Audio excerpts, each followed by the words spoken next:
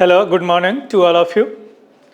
Right now going to discuss a very innovative things, that is the first time the cellular network on the moon, यानी mobile network. You know very well mobile network. Mobile कैसे चलता है? For the cell tower जगह जगह लगे रहते हैं, वहीं रिसीव करते हैं और फॉरवर्ड भी करते हैं कॉल को, है ना.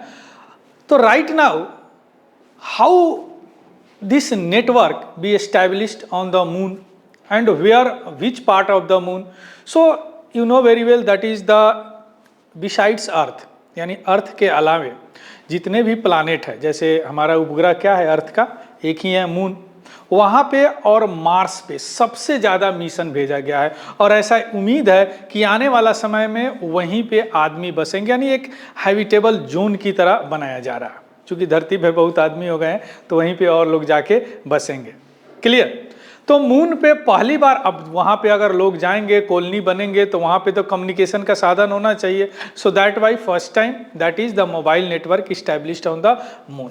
तो यही एक न्यूज है. अब यहाँ पे बहुत सारी चीज़ कीवर्ड हम देखेंगे, वह कौन सी कंपनी है, किस तरह इस्टेब्लिश कर रहा है, कौन सा टेक्नोलॉजी यूज हो रहा है, ये सारी चीज़ एक एक करके समझने का प्रयास करते हैं. चलिए let us begin with the news.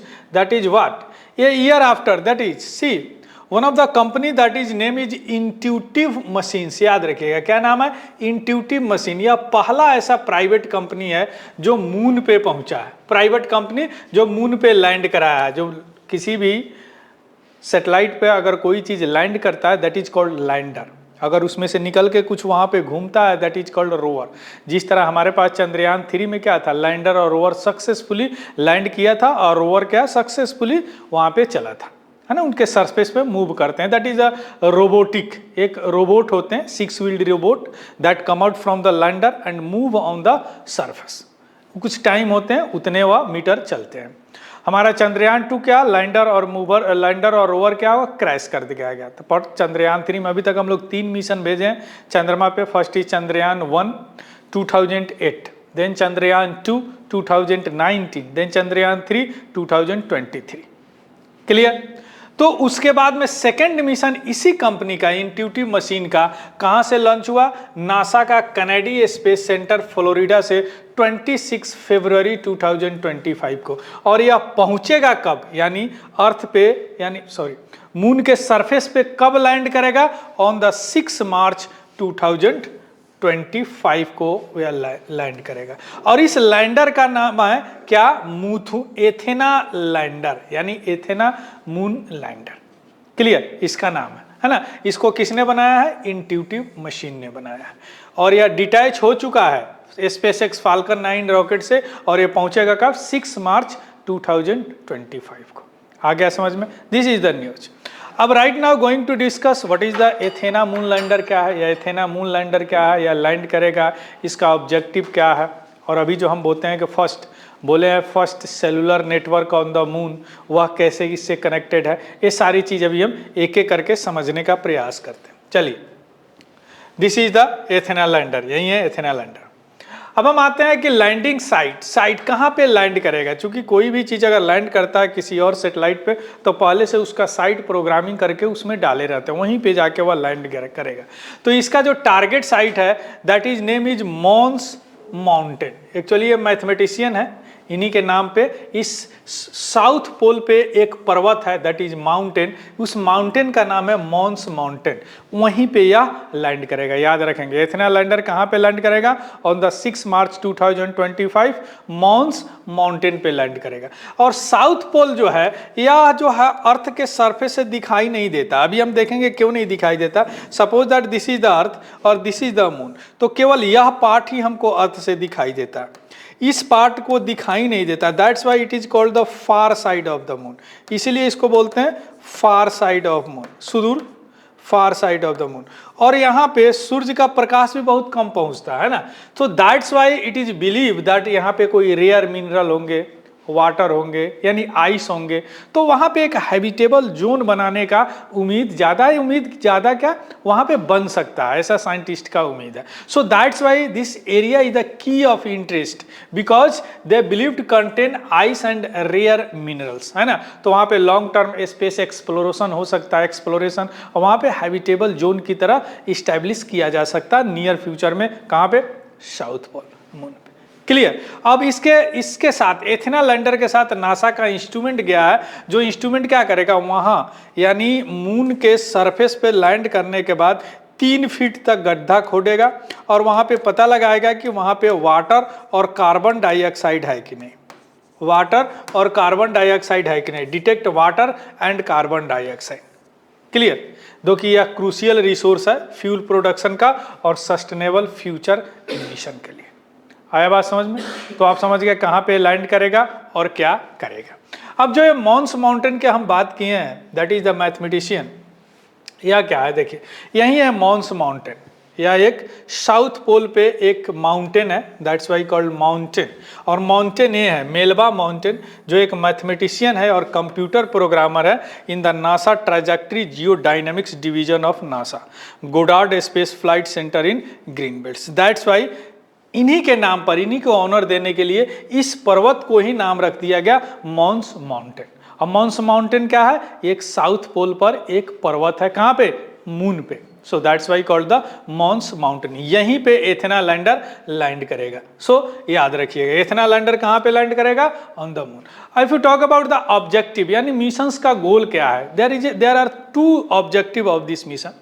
First objective थोड़ा सा हम बता दिए हैं कि वहाँ 3 फीट वहाँ पे गड्ढा करेगा, कहाँ पे? On the surface of the moon, then find the traces of water and carbon dioxide CO2.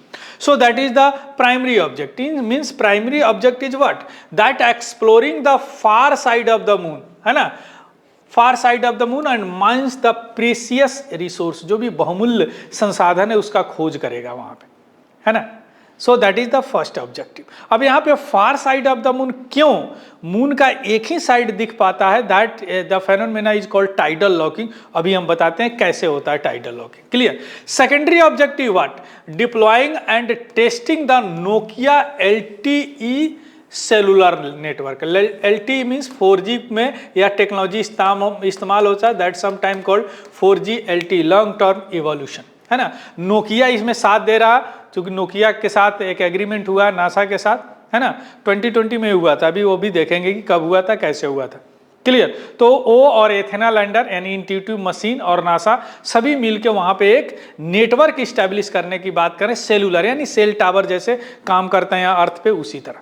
Clear. सो अब यहाँ पे क्या? डिप्लॉइंग यानी तैनाती करेंगे और टेस्टिंग यानी उसका एक्सपेरिमेंट करेंगे। और आने वाला समय में जब आर्टेमिस मिशन वहां पे पहुंचेगा 2030 से पहले, नासा का आर्टेमिस मिशन है जो ह्यूमन बीइंग वहां पे जाएंगे, उससे पहले ऐसा उम्मीद किया जा रहा है कि that deployed 4G network on the moon surface. Clear. तो साइंटिफिक रिसर्च करेंगे और searching water and carbon dioxide, ये तो बता चुके हैं, below the lunar surface, below the lunar surface. So that is the 2 objective. And current communication challenge क्या है? सी, अभी आपको सबसे ज्यादा अगर आदमी कहीं गए हैं ऑन द मून, मून पे सबसे ज्यादा आदमी गए हैं, तो यह मून मिशन है। तो मून मिशन पे तो बहुत सारे ह्यूमन बीइंग गए हैं, ह्यूमन मिशन गया है मून पे, तो वहां से कम्युनिकेशन कैसे होते हैं? देखिए, जो पुराने ट्रेडिशनल कम्युनिकेशन है वो रेडियो वेव की तरह से, जिस तरह हमारा मोबाइल जो वर्क करता है कौन वेव से? Electromagnetic wave, radio electromagnetic wave से काम करता है। तो वहां भी रेडियो इलेक्ट्रोमैग्नेटिक वेव से काम करेगा। लेकिन प्रॉब्लम क्या है कि यह जो मून है, इस मून का एक ही साइड हम देख पाते हैं। अभी तक जो ह्यूमन बीइंग गए हैं इसी साइड में गए हैं, इस साइड में कोई गया नहीं है, जिसको फार साइड ऑफ द मून बोलते हैं, फार साइड ऑफ द मून। लेकिन किसी भी अगर सेलुलर नेटवर्क जो रेडियो वेव से काम करता है, उसके लिए क्या होता है कि रिसीवर यानी क्लियर लाइन ऑफ साइट होना चाहिए। यानी अगर यहाँ कोई है तो यहाँ होना चाहिए। अगर बीच में किसी तरह का हिडन कुछ आ जाता है, कुछ कोई हर्डल आ जाता, तो मे भी कम्युनिकेशन उतनी अच्छी तरह नहीं हो पाएगा। अब देखिए यहाँ पे क्या है, साउथ पोल है, अर्थ से ये दिखता है। मान लीजिए कि अर्थ यहाँ पे है, तो यहाँ से कम्युनिकेशन करने में रेडियो वेव अच्छी तरह कम्युनिकेट नहीं कर पाएगा। That's why scientist here try to develop the on cellular network on the south pole of the moon. आया बात समझ में? So that's why this method is not viable. Why? For the far side of the moon, because never faces Earth or limiting real time data transmission. That's why the scientists right now try to develop the cellular network on the south pole of the moon. आया बात समझ में? चलिए, अब जो south pole far side of the moon की बात हम लोग बार बार कर रहे हैं, देखिए ये हमारा अर्थ है। अर्थ क्या होता है? अपने एक्सिस पे भी घूमता है, it will take 24 hour about, and सूर्य के चारों तरफ भी घूमता है, 365 डेज अबाउट लेते हैं एक साल में, और एक साल जिसको एक साल बोलते हैं, और या 24 आवर घूमते हैं। सिमिलरली जो चंद्रमा है, दैट इज द मून, ये भी क्या होता है? अपने एक्सिस पे भी घूमते हैं और पृथ्वी के चारों तरफ चक्कर लगाते हैं। You know very well that is the if you talk about the mass of the both body, this body have the heavier than this body। और आप जानते हैं जी मास जो है डायरेक्टली प्रोपोर्शनल होता है ग्रेविटेशनल पुल का, यानी ग्रेविटेशनल फोर्स का। तो यह जो बॉडी है वह उसका ग्रेविटेशनल फोर्स ज्यादा है इस बॉडी से। तो होता क्या है, जब यह चंद्रमा घूमता है ऐसे ऐसे, तो इसको स्पिन होने का, चूंकि due to the gravitational force of the earth इसको स्पिन ही नहीं होने देता है, घूमने ही नहीं देता है। इसी कारण क्या है, इसका एक ही फेस दिखाई देता है। देखिए एक ही फेस, अगर यह घूमता तो इस वाला फिगर उधर जाता, लेकिन नहीं, ये इसको ऐसे घूमना चाहिए लेकिन घूमने ही नहीं देता है। तो दैट इज एक ही फेस दिखाई देता है, यह फेस कभी नहीं दिखाई देता है। और this face is called far side of the moon, far side of moon इसी को बोलते हैं। और this phenomena is called tidal locking. इसको क्या बोलते हैं? टाइडल लॉकिंग, याद रखिएगा, है ना। Because of the tidal locking we see the one side of the moon from the earth, है ना। We able to see one side of the moon from the earth, so that is called the tidal locking. Next is what, देखिए tidal locking क्या होता है? इस तरफ इसको घूमने ही नहीं, क्योंकि ग्रेविटेशनल पुल इसका इतना हाई होता है कि ये पकड़ लेता है, इसको घूमने ही नहीं देता। सो that's Y one side of the moon हम देख पाते हैं। क्लियर? अब वाई सेलुलर नेटवर्क, अब यहां तक तो समझ गए होंगे कि why cellular network, because NASA का टेमिस मिशन है, वहां पे जा रहे हैं, तो वहां जाने से पहले, चूंकि ह्यूमन बीइंग जा रहे हैं, तो वहां जाने से पहले एक सेलुलर नेटवर्क डेवलप करने की बात हो रही है, चूंकि 2030 से पहले वहां पहुंचेंगे। तो एक रिलायबल कम्युनिकेशन इसेंशियल है वहां पे। So that's why try to develop the cellular network. और सेलुलर टेक्नोलॉजी क्या है? बहुत एफिशिएंट होता है, scalable and high speed alternative for the transmitting data and video feeds. वहां पर अपना नेटवर्क होगा तो उनसे डायरेक्ट वीडियो फीड्स वगैरह वीडियो कॉल करके यहाँ पे साइंटिस्ट से देखेंगे और फर्दर अंडरस्टैंडिंग डेवलप होगा regarding the moon. So that's why try to develop this cellular technology. इसमें नोकिया का रोल क्या है? देखिए 2020 में क्या हुआ, जब नासा ने आर्टेमिस मिशन का प्रोग्राम किया तो उनको यह था कि वहाँ पे डेवलप किया जाए सेलुलर टेक्नोलॉजी। तो वहाँ पे उन्होंने नोकिया बेल लैब को कॉन्ट्रैक्ट दिया कि भाई आप वहाँ पे डेवलप करो, है ना, एक लो पावर और स्पेस हार्डेंड LTE यानी 4G नेटवर्क, वहाँ पे 4G नेटवर्क डेवलप करो। बाद में इन्होंने एक डेवलप किया, लूनर सरफेस कम्युनिकेशन सिस्टम एक बनाया, और इस सिस्टम को क्या किया, एथेना लैंडर में इन्होंने फिट कर दिया जनवरी 2025 को। अब एथेना लैंडर किनका? इंट्यूटिव मशीन का है। तो इंट्यूटिव मशीन से इन्होंने एग्रीमेंट किया 2023 में, और फाइनली जो है 26 फेब 2025 को इन्होंने लॉन्च कर दिया, और 6 मार्च 2025 को यह मून के सरफेस पे आ जाएगा। So that is the history behind this agreement, all this things. Clear?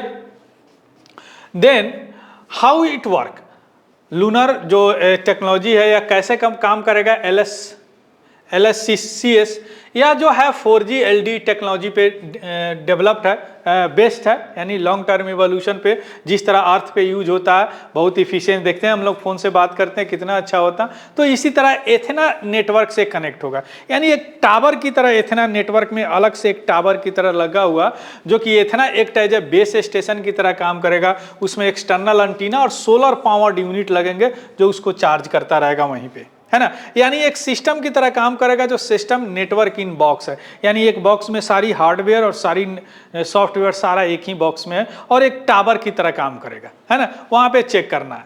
Clear. So minimal component है, so that's why called the network. और ये 4G नेटवर्क है, ऑपरेट करेगा कुछ ही दिन, क्योंकि जब तक एथेना लैंडर वहाँ पे है ड्यूरिंग द मिशन। और इससे क्या होगा कि testing the capability of future application का भी एक हो जाएगा, उसके बाद में वहाँ पे जाके डेवलप किया जाएगा। So that is the Athena lander. So that is the first mobile network on the moon. This is very very important for your science technology, and especially in the space technology and especially in the moon missions, because we have also a 3 moon mission, you know very well, Chandrayaan 1, 2 and 3.